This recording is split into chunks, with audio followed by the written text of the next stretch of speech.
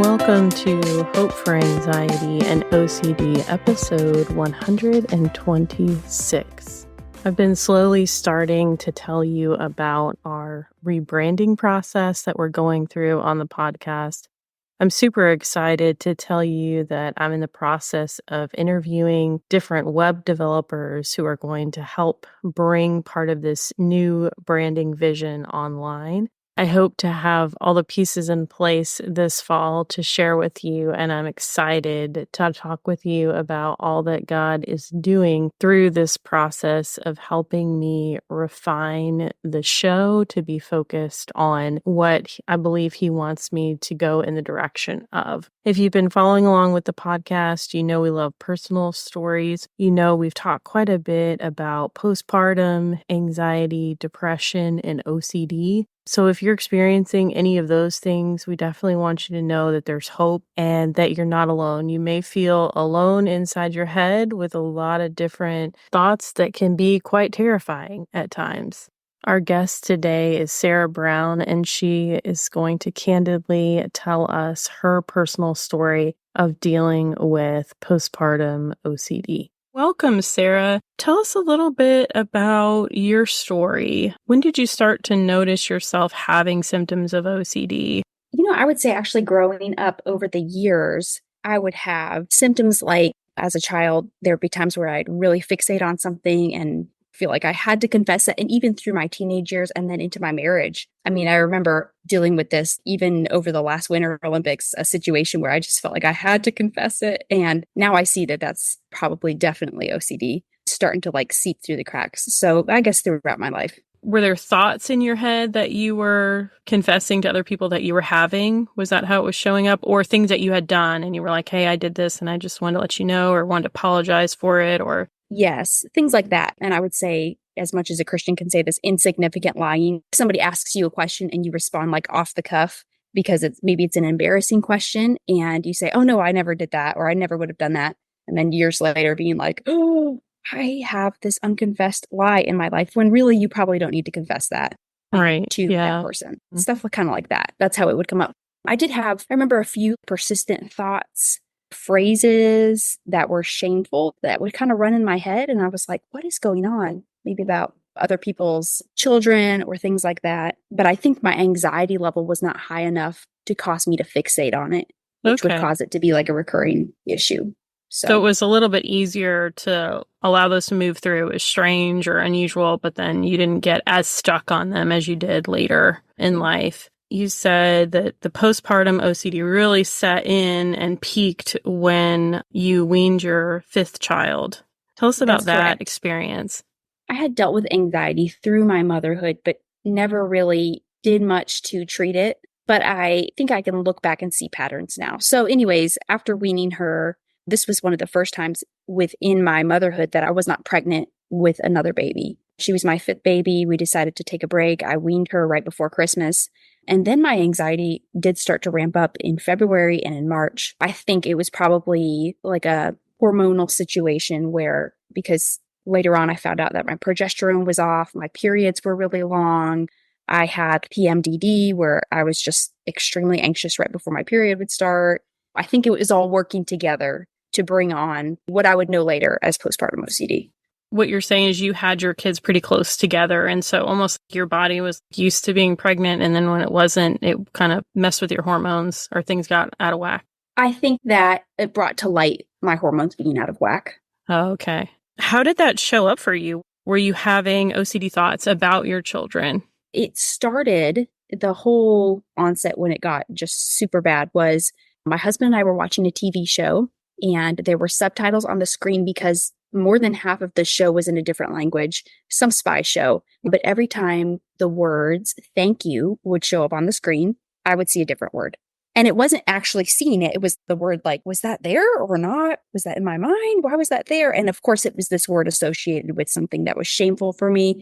Then we continued to watch this show over the next couple weeks. And every time somebody would say, oh, thank you, it would pop up. And as my anxiety went up about it and my shame, and I felt like I couldn't talk to anybody about it because it was just shame-inducing. It just made the whole situation worse and worse. And then it came to a head one night I had what I like to think was probably just a couple hour panic attack where I started having one particular intrusive thought about molesting my son during a diaper change. And I could not get rid of it. And it was just over and over and over and over. It felt real. I could see him laying on the rug. I could see the rug itself and the sunlight coming into the room. And I couldn't get the thought out of my head. Couldn't sleep, high anxiety, couldn't eat, which is when I finally went to my first therapist to try to find some help. And I said, I have no idea what's going on. I promise I don't want to do this, but I have this thought I can't get out of my head. And with that were other thoughts right in that same time, also like fear of what if I'm homosexual? Where did that come from? It was just so out of the blue. I feared I would just be out of control of my body, that I would do something to hurt my family and I wouldn't be in control of myself. Like I would basically go insane. I had all of these kind of recurring things, but the molestation thought was definitely the worst one. And it hit right as OCD does. It hit right home with my only son. So of course, this very precious, all of my children being precious, but I only have one son. And of course, it would be on this particular child that my thoughts were centered. Okay. Yeah, that makes a lot of sense, actually. Just this in this terms of OCD being attached to things that you value. I imagine that you probably hadn't heard maybe of other mothers having these types of really scary thoughts. Was that something that you felt very isolated in, or like, okay, I can't tell anybody about this, it's so horrible? Extremely isolated. In fact, I only knew of one other person in my realm who I didn't even knew of an author's child who had grown up with OCD. And to be honest, the thought of a diagnosis of OCD was just, I couldn't even carry that burden at the time. So I thought, well, maybe it is OCD, but I couldn't even look it up because everything was so heavy. I thought I was going crazy. And I really had fears that if I told somebody, I was going to be locked up, taken away from my kids. Those were like my core fears of being misunderstood in the whole thing. So very isolating. Yeah, I think that's a common fear that I've heard from other mothers too. Is all of your like worst fears seem like they're going to come true. Like I'm going to be taken away from my kids, or they're going to be taken from me. I'm going to be determined to be somehow like an unfit mother because I have all these thoughts that I don't even want that are just there out of nowhere. That's an interesting time period too, after you've been married for however long and have 5 kids, to all of a sudden have thoughts about what if I'm homosexual? Yeah. That's a pretty good indicator that's an OCD thought, just completely like out of the blue. Were that one any easier to dismiss, or did it just seem really bizarre? Why is this coming now? It was bizarre. It was easier to dismiss, I think, because my brain was, look, the bigger threat here is obviously to your wonderful kids that you love. That was where it was.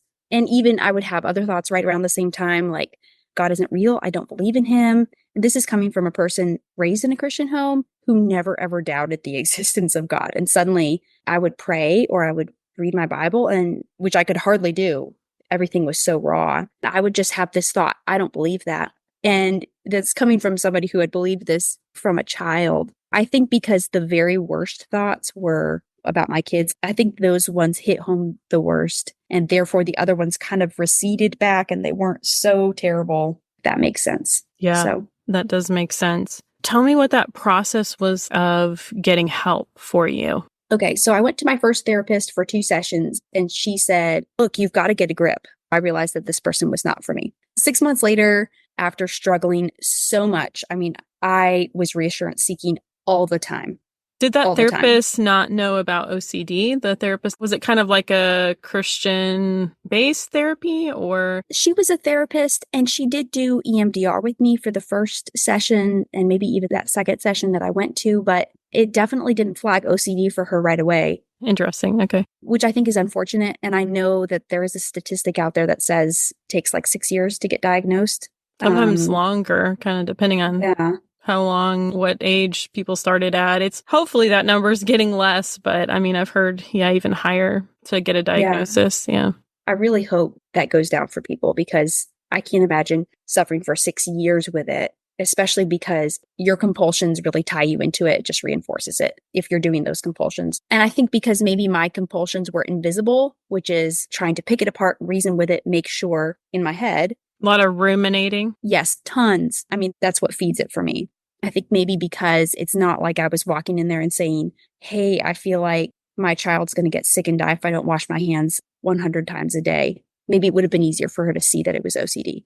I suffered for the next 6 months with it. And finally, it got to the point where I was having obsessions about suicide, which I would say intrusive thoughts. I'd see my deck. We have an upper deck and a lower deck. And I would glance up at it while playing outside with my kids, and I would see myself hanging from it. That's a very hard thought. But the worst one was just an intrusive thought of sitting in my car in my garage, turning on the car, going to sleep. And I think what made it hard to dismiss is because I was so miserable, but at the same time, very afraid that I would ruin my life in some respect or another. Either I would hurt my kids, I would leave my marriage, or I would just kill myself.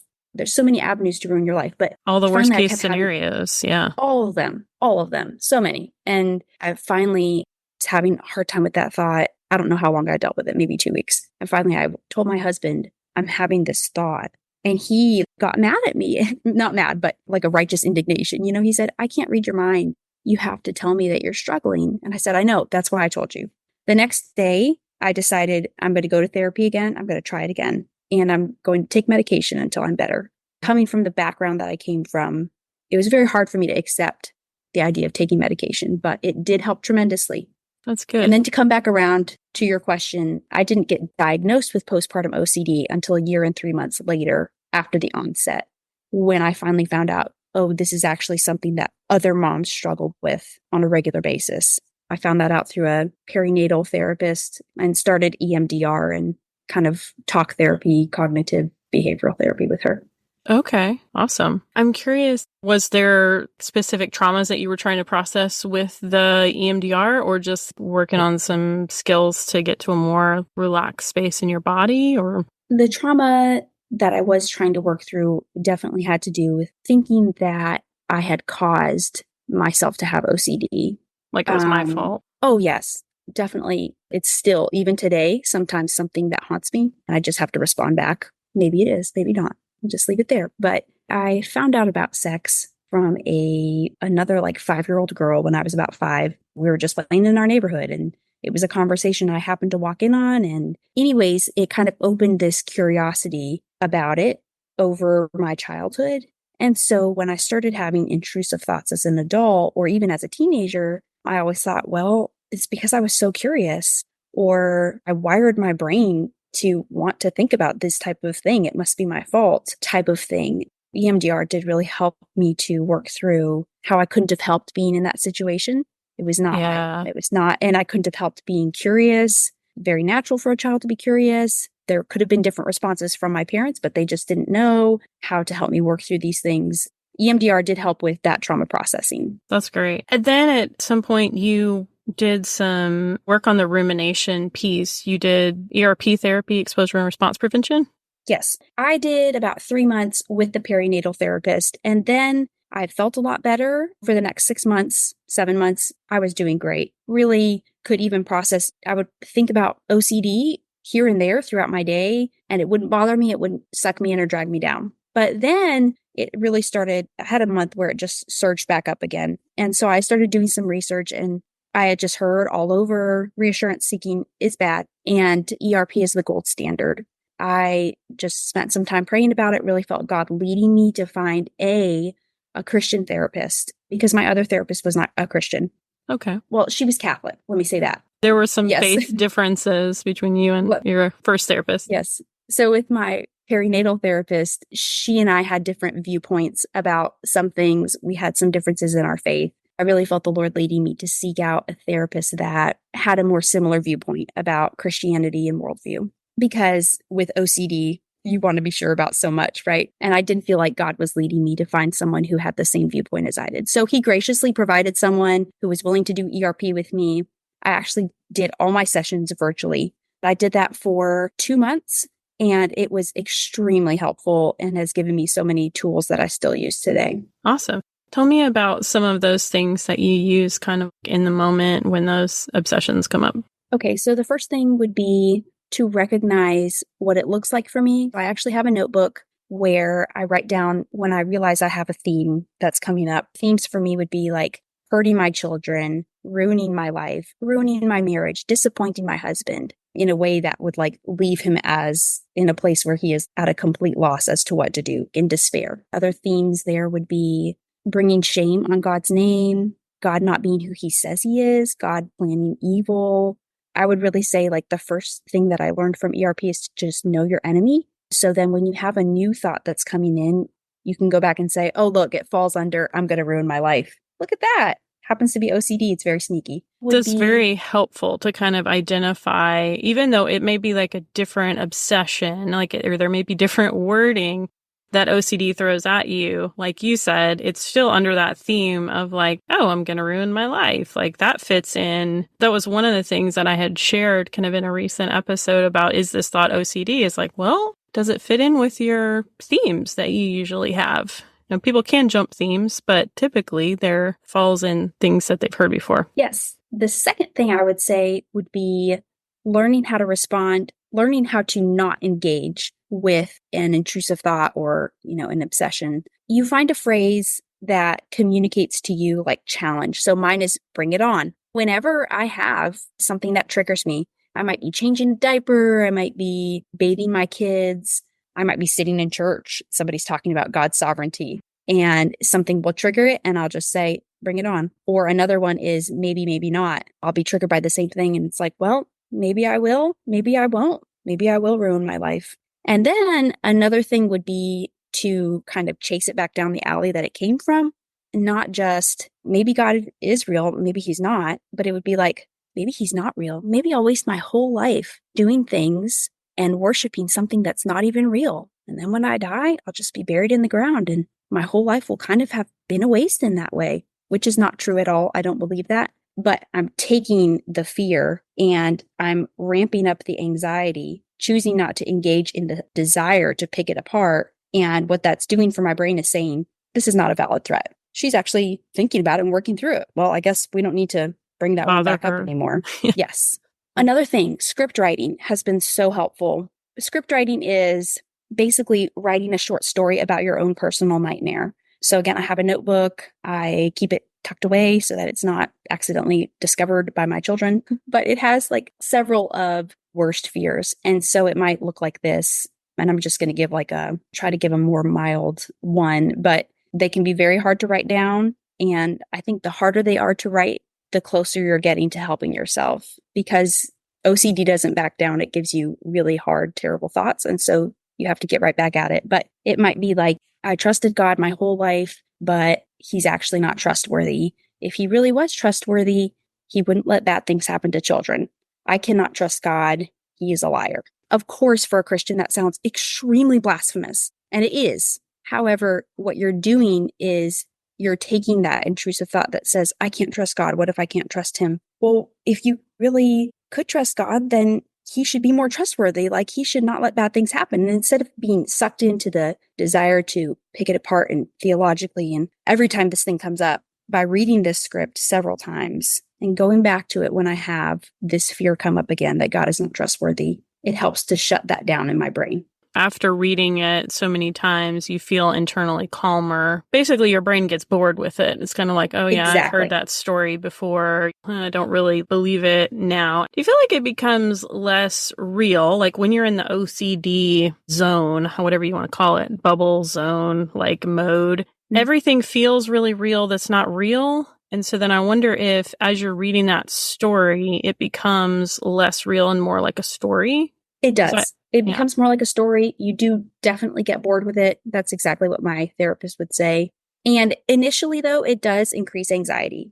And you will have the itch to perform the compulsion. So for me, I would write down my script, and then it would be hard after a therapy session not to assure myself, oh, but I can read the scriptures and it'll say that you can trust God and that he's perfect in all his ways. Instead, you choose not to do that.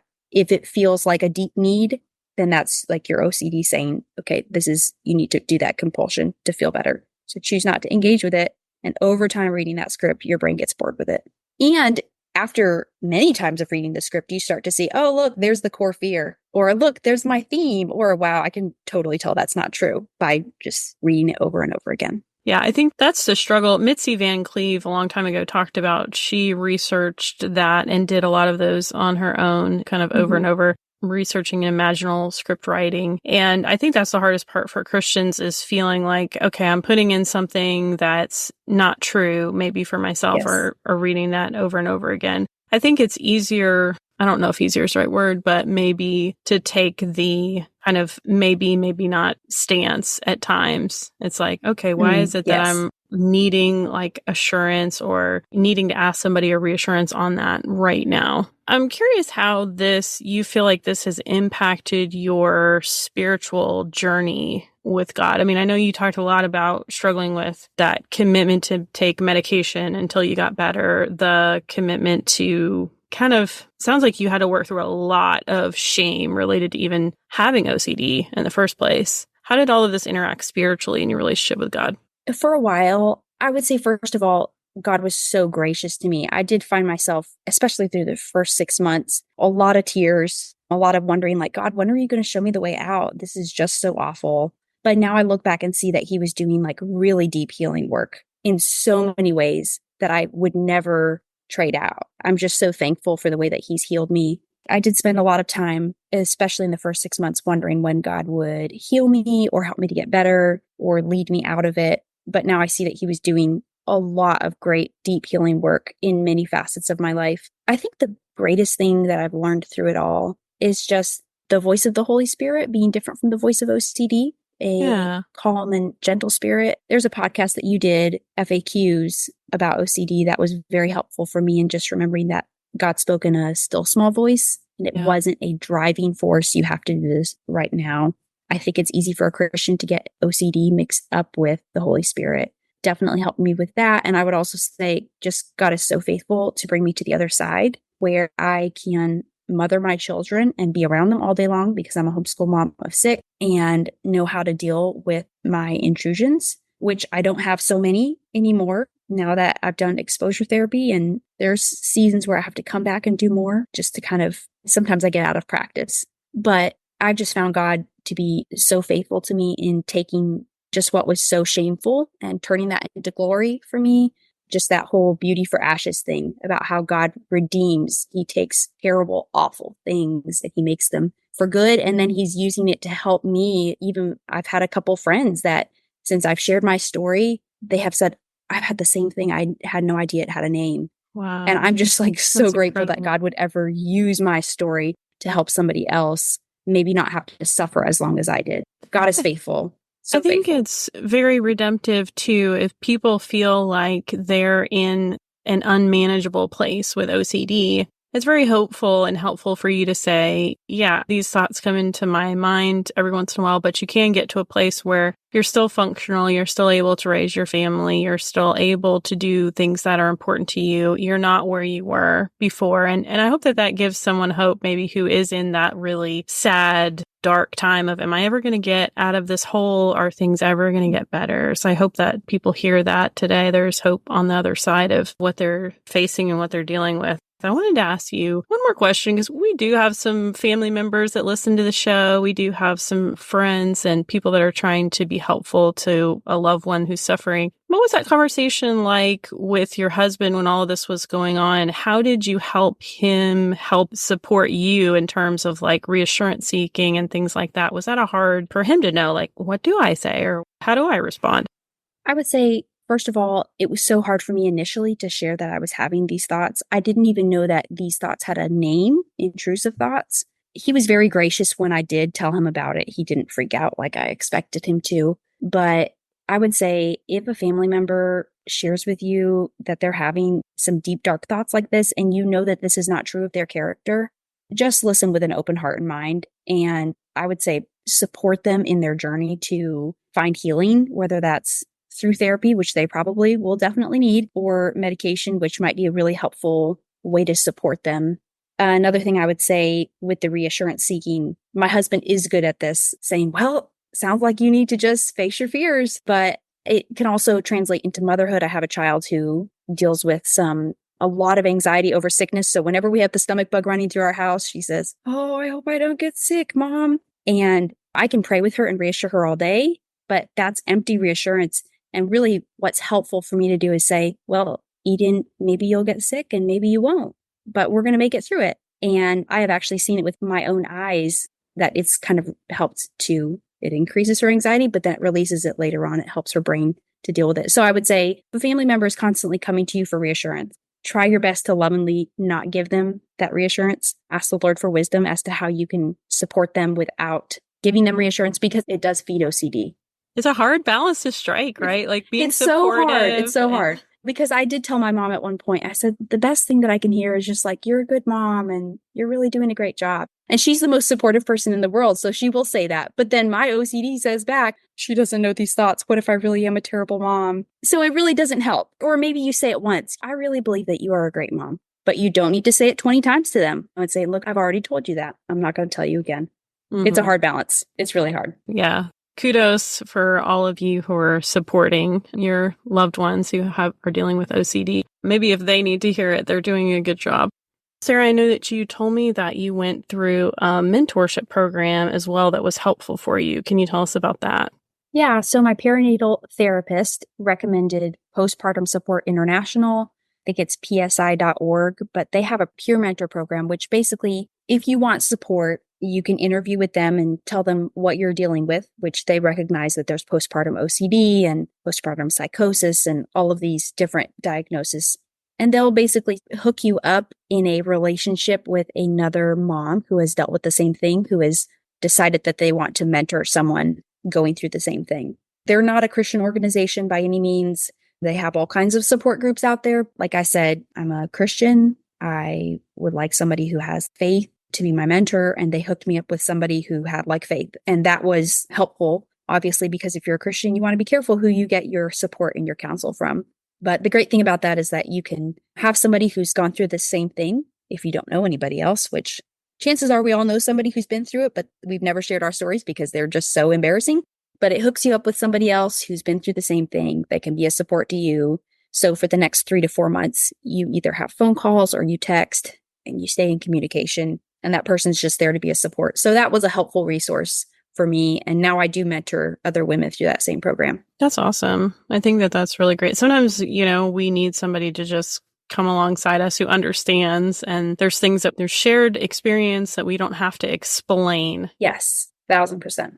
All right. Thank you for sharing some of these really vulnerable thoughts that you had with us. I think that that helps people, because there's going to be other people who listen who go, oh, I've had that thought too. And maybe I'm not a horrible person because I've had that thought. Maybe this is OCD talking. So thanks for sharing. You're welcome. I do hope that it brings somebody so much hope. Even if it brings one person steps forward to getting help, that will be God getting the glory for that.